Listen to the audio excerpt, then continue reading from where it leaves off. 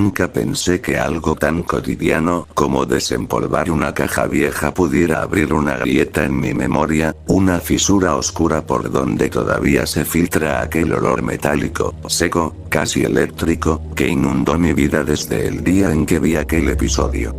Lo llamo episodio por no saber darle otro nombre. Ni siquiera estoy seguro de que fuese una grabación real. A veces creo que lo imaginé. Pero no puedo mentirme más. Lo viví. Lo viví como quien toca un cable pelado sin darse cuenta de que está de rodillas en un charco de agua sucia. La caja contenía un montón de casetes viejos, la mayoría sin etiqueta. Entre ellos, uno destacaba. Una cinta negra, más pesada de lo normal, con una pegatina amarillenta donde apenas se leía CH8. Copia. No decía programa, episodio, ni nada por el estilo, solo eso. Copia. Como si fuera una réplica maldita de algo que nunca debió replicarse. Al meter la cinta al reproductor, noté un parpadeo extraño en la pantalla, una distorsión que no era del aparato. Era algo más profundo, como si la imagen no quisiera mostrarse del todo, como si luchara por ser vista. No hubo música, ni presentación, ni créditos. Solo la imagen directa y cruda de la vecindad. Pero no era la vecindad que todos recuerdan. No era colorida ni acogedora. No tenía ese aire cálido, aunque pobre y desgastado, de las grabaciones originales. Esta era más estrecha, más gris, casi angustiante. Las sombras parecían moverse con una cadencia que no obedecía al viento, sino a algo más denso, pesado, casi vivo. Y lo peor.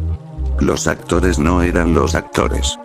Todos los personajes estaban allí, o al menos versiones de ellos. Rostros parecidos, pero no iguales. Rasgos tensos, miradas hundidas, piel apagada. Como si fueran dobles cansados, enfermos, forzados a representar roles que ya no encajaban en sus cuerpos. Se movían con lentitud, con esa torpeza de quienes llevan días sin dormir. O de quienes cargan con un secreto insoportable. El primero que apareció fue Don Ramón. O su reflejo. Su figura era más delgada, casi frágil, como si un soplo pudiera romperlo. Caminaba por el patio con pasos débiles, mirando al cielo de una forma que nunca vi en un personaje de comedia. Con una mezcla de resignación y miedo. La cámara se acercó más de lo normal, tanto que podía ver los surcos en su rostro, la piel reseca, los ojos rojos como si hubiera llorado por horas. No hablaba. Nadie hablaba en ese episodio. Todo era mudo, salvo por un zumbido bajo, persistente, casi subterráneo, que vibraba en la pantalla como si estuviera a punto de reventar los parlantes. Luego apareció la Chilindrina. Pero no reía. Sus ojos estaban apagados, y su postura, rígida, casi encorvada. Caminaba detrás de Don Ramón, siguiendo sus pasos como si cada movimiento estuviera marcado, impuesto. La cámara, otra vez demasiado cerca, revelaba manchas oscuras en su piel, como si hubiera sido afectada por algo invisible pero agresivo. Doña Florinda estaba junto a la puerta de su casa, pero la puerta estaba cerrada con cadenas gruesas, oxidadas. No golpeaba, no gritaba, no reclamaba. Solo apoyaba su frente contra la madera, respirando lentamente. A su lado, Kiko temblaba, no de frío, sino de una especie de ansiedad profunda, una inquietud que parecía devorarle el pecho desde dentro. Sus ojos, grandes como siempre, no expresaban inocencia sino un dolor silencioso, casi adulto. El ambiente entero estaba impregnado por una especie de niebla ligera. No una niebla normal, sino una que se arremolinaba cerca del piso como si fuera demasiado pesada para elevarse. Era espesa, opaca, con un tono amarillento que me provocó una sensación inmediata de náuseas. Podía verla filtrándose por las puertas, elevándose apenas unos centímetros, enroscándose entre los pies de los personajes. Fue entonces cuando noté algo peor. Algunos objetos del escenario no estaban ahí por accidente. Al fondo, cerca del barril donde solía esconderse el chavo, había marcas de advertencia. Símbolos internacionales de peligro. Señales de radiación. Cintas amarillas rasgadas. Contenedores metálicos abollados. Ninguno encajaba con la ambientación original del programa. Y hablando del chavo. Apareció al cabo de unos minutos, caminando lentamente desde el fondo del pasillo. Su figura era inconfundible, pero su piel estaba pálida, casi traslúcida. Parecía moverse con dificultad, como si cada paso fuera una batalla. Cuando la cámara enfocó su rostro, sentí un escalofrío seco. Tenía los ojos más hundidos que cualquiera de los otros. No había brillo en ellos, solo una especie de reflejo apagado, como el de un vidrio empañado. Ningún personaje se miraba entre sí. Todos actuaban como fragmentos aislados, atrapados en sus propias rutinas silenciosas. Y la cámara temblaba. No como cuando una grabación está dañada. No. Temblaba como si quien la sostenía estuviera asustado, o enfermo, o agotado. Como si el camarógrafo respirara con dificultad, como si estuviera siendo obligado a grabar algo que preferiría no ver. El zumbido aumentó. Primero suave, luego invasivo, luego casi insoportable. Los personajes comenzaron a moverse con más lentitud aún, como si el aire se hubiera vuelto sólido. La niebla amarillenta subió apenas unos centímetros más, rodeando sus piernas. Entonces apareció el profesor Girafales. Entró por la puerta principal, pero su postura no era la erguida y confiada de siempre. Caminaba con la espalda arqueada, los hombros caídos. Llevaba un portafolio, pero no lo sostenía firme. Colgaba de su mano como si pesara una tonelada. Y detrás de él, a varios pasos, venía el señor Barriga, con ñoño tomado de la mano. Ambos tenían la misma expresión cansada, como si hubieran atravesado un desierto antes de llegar allí. La cámara se detuvo. Ninguno hablaba. Ninguno se saludaba. La niebla creció. El zumbido explotó. Y entonces, todo en la pantalla quedó inmóvil. Suspenso. Un latido. Un silencio espeso. Y el episodio apenas comenzaba. No sé cuánto tiempo permaneció la pantalla en ese estado inmóvil. La imagen parecía congelada, pero no completamente.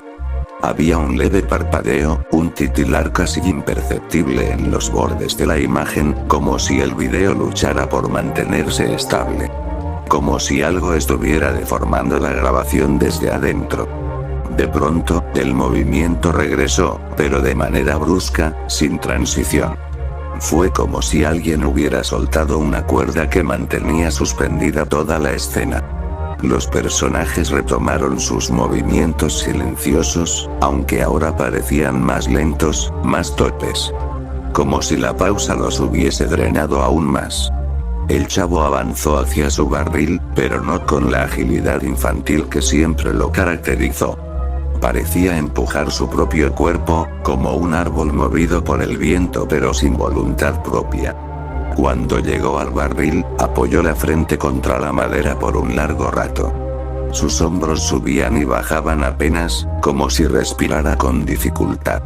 Al cabo de un momento, la cámara hizo un zoom lento, demasiado lento, revelando que la superficie del barril no era la de siempre. Tenía grietas, manchas oscuras, y una especie de polvillo amarillo que se acumulaba en las rendijas. Esa tonalidad amarillenta volvía una y otra vez. Como si impregnara cada objeto. Cada persona. La niebla seguía ascendiendo. Algo en el ambiente me dio la impresión de que la vecindad respiraba. No era literal. No había movimiento visible en las paredes. Pero había un ritmo, una cadencia. Como si cada ladrillo, cada teja, vibrara con el mismo zumbido que jamás cesaba. El profesor Girafales fue el primero en reaccionar ante algo invisible. Se detuvo a mitad del patio, ladeó la cabeza ligeramente y miró hacia el cielo. No era un gesto dramático. Era casi mecánico, como el de un animal que detecta una frecuencia inaudible para otros. Su expresión era de agotamiento, pero también de aceptación. Como si hubiese esperado ese sonido. Doña Florinda, aún apoyada en la puerta enrejada, levantó lentamente la vista hacia él. No dijo nada, por supuesto. Nadie hablaba. Pero sus ojos sí parecieron transmitir algo. Miedo, reconocimiento, cansancio. O quizá resignación. Entonces ocurrió una transición extraña en la grabación. La cámara se alejó unos metros, como si alguien la hubiese empujado. No se notó ningún corte. Fue un retroceso brusco, torpe, casi accidental. Desde esta nueva posición, la niebla amarillenta se veía claramente más densa alrededor de los pies de los personajes, como si los rodeara de manera selectiva. En ese instante, don Ramón se detuvo. Hasta ese momento había caminado en círculos, como si buscara algo perdido. Pero ahora levantó la mano lentamente, como si quisiera señalar algo frente a él. La cámara intentó hacer un enfoque, pero la imagen se distorsionó, se estiró, vibró. La figura de don Ramón se convirtió por un segundo en una silueta borrosa, alargada, deformada por la luz o por un fallo de la cinta. Pero no parecía un error técnico. La distorsión tenía ritmo, intención. Cuando la imagen se estabilizó, él seguía ahí, quieto. Su mano temblaba. La chilindrina estaba unos pasos atrás, inmóvil, con la mirada fija en su padre. Sus ojos parecían más opacos que en la primera parte del episodio, como si hubiesen perdido otra capa de vida. El señor Barriga, quien había entrado hacía unos minutos, se inclinó hacia adelante apoyándose en sus rodillas. No parecía agitado por esfuerzo físico, sino por algo más profundo. Ñoño seguía a su lado, con la cabeza baja, y sus dedos jugaban nerviosamente con las mangas de su camisa. Ese pequeño gesto repetitivo, doblar y desdoblar, se hacía cada vez más compulsivo, como si fuese lo único que lo mantenía anclado a algo real. Luego ocurrió algo que no esperaba. La cámara se inclinó hacia arriba, enfocando el cielo. Pero no era el cielo azul de los episodios grabados en estudio. Era un tono gris, espeso, como una pintura mal mezclada. Y en ese cielo se veía algo sutil pero profundamente inquietante. Una vibración, como ondas de calor, pero constantes, uniformes, peligrosamente ordenadas. La cámara regresó al patio y, por primera vez en la grabación, algo cambió de manera evidente. La niebla subió hasta las rodillas de los personajes. El zumbido creció. Y las luces, si es que esa vecindad tenía alguna luz natural o artificial, parecieron parpadear. Todo el escenario se apagaba y encendía levemente, como un fluorescente moribundo. Entonces la vecindad produjo un sonido. No lo puedo describir con exactitud. No era un crujido, ni un golpe. Era más parecido a un suspiro grueso, grave, como de aire escapando lentamente de algún lugar profundo. No venía de un punto específico. Parecía surgir de cada pared, cada escalón, cada puerta. Un suspiro largo, lento, cargado de una sensación desagradable de presión. Los personajes reaccionaron. No con gritos ni sobresaltos. Simplemente. Se detuvieron. Todos. A la vez. Como si hubieran escuchado una llamada. O una advertencia. La cámara acercó el lente al chavo. Él seguía con la frente apoyada en el barril.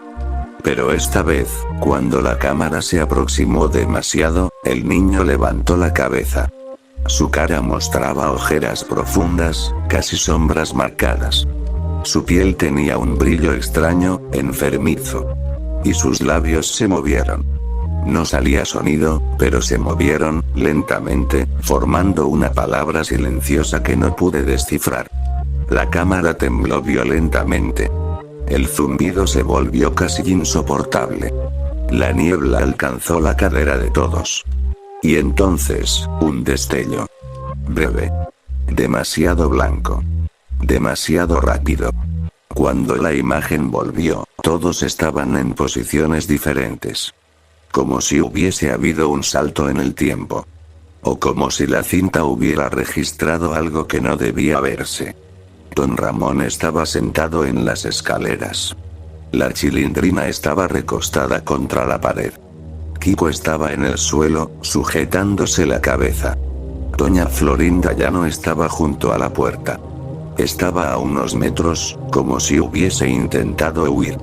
Ñoño estaba arrodillado, con las manos cubriéndose los oídos.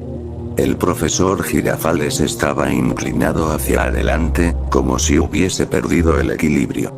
El chavo ya no estaba junto al barril. La cámara buscó alrededor, nerviosa. Pero él había desaparecido. La niebla seguía subiendo. Y yo sentí, por primera vez desde que comenzó la grabación, que algo en esa vecindad estaba a punto de revelarse. Algo que nadie debía ver. La desaparición del chavo no fue tratada como algo alarmante dentro del episodio. Ninguno de los personajes buscó al niño, ni mostró sorpresa o angustia. Simplemente se adaptaron a la nueva quietud que dejó su ausencia, como si aquella pérdida fuera parte natural del deterioro creciente que invadía la vecindad. La cámara, en cambio, sí lo buscó. Se movió por primera vez de forma autónoma, sin temblores, sin inseguridad. Avanzó hacia el barril, rodeándolo lentamente, como un animal inspeccionando el lugar donde olfateó un rastro reciente. La niebla amarillenta rodeaba la base del barril, subiendo ya a la cintura de los personajes, aunque ellos parecían no notarlo. La cámara descendió hasta quedar casi a nivel del suelo, mostrando que la niebla no era homogénea. Tenía remolinos pequeños, movimientos internos, como si fuera una sustancia viva. Diría que aquello era vapor. Pero no lo era. Era más denso. Más calculado. Cuando la cámara se levantó un poco, pude ver por fin lo que había donde antes estaba el chavo. No era una marca ni un objeto. Era un vacío. Un espacio donde la neblina se movía de forma distinta. Más rápidamente, como si algo hubiese alterado el aire en ese punto exacto. Y mientras la cámara se mantenía enfocando ese lugar, el zumbido cambió.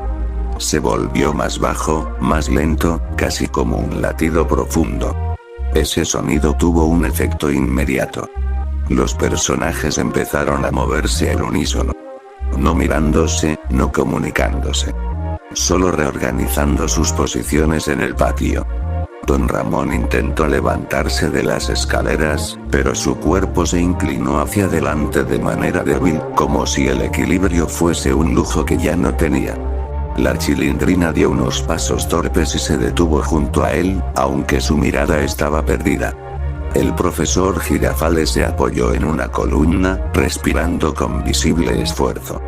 Doña Florinda retrocedió unos centímetros, como si intuición o instinto la alejaran de algo invisible.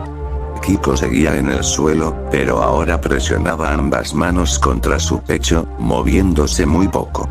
El señor Barriga se acercó a su hijo y pasó un brazo alrededor de sus hombros, inclinándose sobre él. Ambos parecían encogidos. Y no físicamente, sino en actitud. Una especie de aceptación silenciosa. La cámara se elevó un poco y retrocedió para tener a todos en cuadro. La niebla ya estaba subiendo por encima de sus torsos. Ninguno tosió, ninguno agitó las manos. Para ellos esa nube amarillenta era ya parte del ambiente, como si llevaran demasiado tiempo respirándola. Entonces, en la parte superior de la pantalla, apareció algo extraño. Una vibración luminosa, tenue, como una onda que recorría el techo de la vecindad. Era el mismo tipo de vibración que antes se veía en el cielo, pero ahora estaba más cerca, más definida. Como si descendiera. Esa vibración generó un destello muy breve. No uno blanco, como el anterior, sino uno que oscureció la pantalla por un instante. Cuando volvió la imagen, noté que algo había cambiado de manera inmediata. La niebla había desaparecido. No se disipó lentamente. Se extinguió por completo de un momento a otro, como si nunca hubiera estado allí. Pero los personajes no parecían aliviados. Tampoco parecían darse cuenta. La cámara comenzó a acercarse otra vez, lentamente, de manera casi ritual. Esta vez no hacia el barril, sino hacia el centro del patio, donde la vibración luminosa del cielo parecía concentrarse. Y fue entonces cuando la vecindad emitió un segundo sonido. No un suspiro, como antes. Esta vez fue un crujido sordo, profundo, como madera que se parte bajo un peso enorme. Las paredes temblaron. No exageradamente, pero sí lo suficiente para que el movimiento fuera visible. La cámara captó grietas pequeñas, desperfectos que parecían surgir en tiempo real en la superficie de los muros. Los personajes, al sentir la vibración, levantaron la vista. Todos. A la vez. Esa sincronía me produjo un escalofrío inmediato. No había humanidad en esa coordinación. Era demasiado perfecta. El profesor Girafales entreabrió los labios, como si por fin fuera a hablar. Pero no salió sonido alguno. Solo se vio una exhalación débil, casi imperceptible. Sus ojos, antes cansados, ahora parecían vacíos. Entonces, sin previo aviso, la cámara giró hacia la entrada de la vecindad. Enmarcado entre la sombra del pasillo y la luz difusa del patio, estaba el chavo. Pero algo en él era distinto. Ya no tenía la postura encorvada de antes. No parecía fatigado. Ni nervioso. Su cara no mostraba expresión alguna. Ninguna tristeza, ninguna inocencia, ninguna emoción. Solo una quietud absoluta. Se acercó al centro del patio con pasos lentos, pero seguros. A su alrededor, la vibración luminosa del cielo se intensificó, parpadeando en un ritmo cada vez más rápido. Y los personajes lo siguieron con la mirada, sin moverse, como si esperaran algo inevitable. Cuando el chavo se detuvo, el zumbido desapareció por completo. El silencio fue tan abrupto que me resultó perturbador. Sin el zumbido constante, la vecindad parecía inmóvil, muerta, detenida en un instante fuera del tiempo. La cámara se acercó lentamente al rostro del chavo. Él levantó la barbilla apenas unos milímetros y miró directamente al lente. Directamente a mí. No sonrió. No habló. No hizo ningún gesto. Pero en sus ojos había algo que antes no estaba. Una conciencia que no pertenecía a un niño. Una comprensión demasiado amplia, demasiado antigua, demasiado ajena. La cámara tembló. El chavo dio un paso más. Y entonces, la pantalla se volvió negra. Completamente. Sin transición, sin estática, sin sonido. Duró así unos 10 segundos que se me hicieron interminables. Luego, apareció una imagen final. La vecindad, vacía. Sin personajes. Sin niebla. Sin vibraciones en el cielo. Solo el patio silencioso, abandonado, como si nunca hubiera sido habitado. La cámara, por primera vez en toda la cinta, pareció respirar. Como si quien la sostenía soltara el aire después de contenerlo por demasiado tiempo. El patio seguía vacío. Luego, la imagen se oscureció para siempre. Y la cinta terminó. Hasta hoy no sé qué vi realmente. No sé si fue un ensayo grabado, un experimento fallido, una cinta manipulada o algo que no pertenece al mundo que conocemos. Pero lo que sí sé es que desde entonces, cada vez que veo una repetición del programa, no puedo evitar pensar en aquel episodio. En la vecindad respirando. En el silencio denso. En los personajes resignados. Y, sobre todo, en el chavo. Mirando directo a la cámara. Como si aún supiera que yo estoy aquí. Como si aún recordara que lo vi desaparecer. Y luego volver cambiado. Eso fue lo último que quedó grabado en mi memoria. Y aunque nunca volví a encontrar la cinta, no he podido olvidar lo que vi. ni lo que comprendí demasiado tarde. La vecindad nunca fue un escenario. Fue un experimento. Y aquel episodio fue su último registro.